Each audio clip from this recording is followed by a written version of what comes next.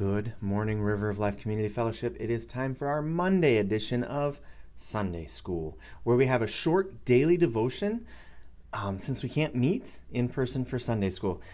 This weekend, I talked about how God works in our life, how God corrects the things that are going on in our heart so that our faith can grow, that He corrects the soil conditions of our heart so that the seeds of His Word can take root and grow our faith.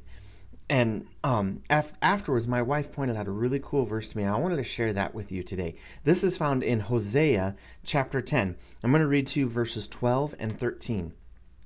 Sow for yourself righteousness, reap steadfast love, break up your fallow ground, for it is time to seek the Lord, that He may come and rain righteousness upon you. You have plowed iniquity, you have reaped injustice, you have eaten the fruit of lies, because you have trusted in your own way and in the multitude of your warriors.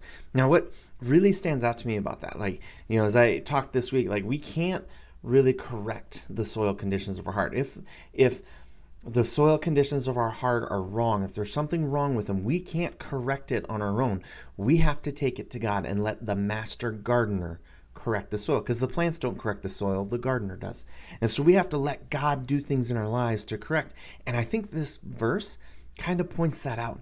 And because it says to sow for yourself righteousness, reap steadfast love, break up your fallow ground, right? It says basically correct the things that are going on and do good things. It says, but how do we do that? For it is time to seek the Lord, that He may come and rain righteousness upon you.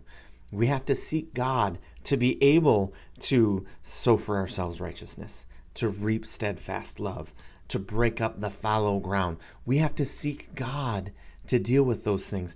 And when we don't, what happens?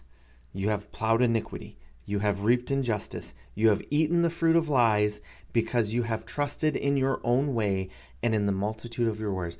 When we trust in ourselves to correct the problems don't get corrected.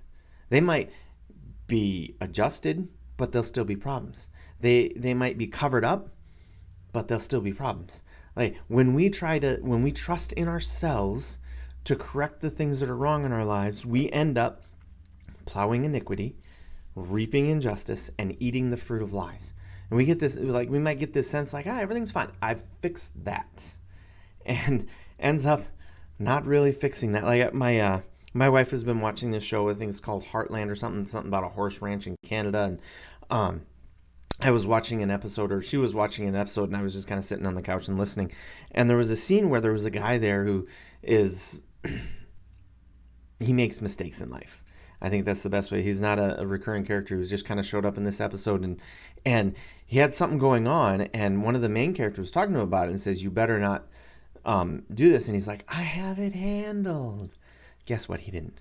And when he said that, I have it all taken care of. I knew what was going on. I knew that it wasn't taken care of, that it was going to get bad. Partially because I've watched a lot of TV in my life, and I recognize that happening. But it's that. But that's what happens when we try to correct things ourselves. When we try to take care of it in our own power, we end up making it worse, or we end up not fixing anything, only making it look nice when it's just ready to fall apart anyway.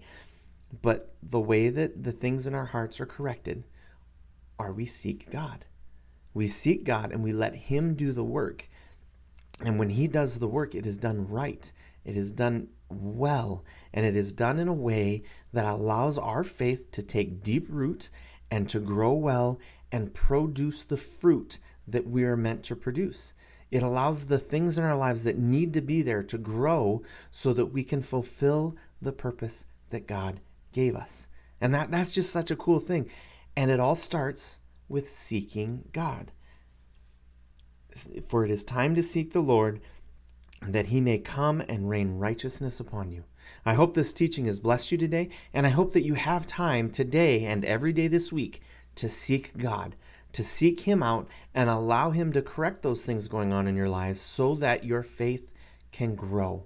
If you have any comments or questions, go ahead and comment on this and we'll respond to them. But yeah, let us know what God is doing in your life. Let us know how God is correcting the things in your life and the growth that you're seeing from it.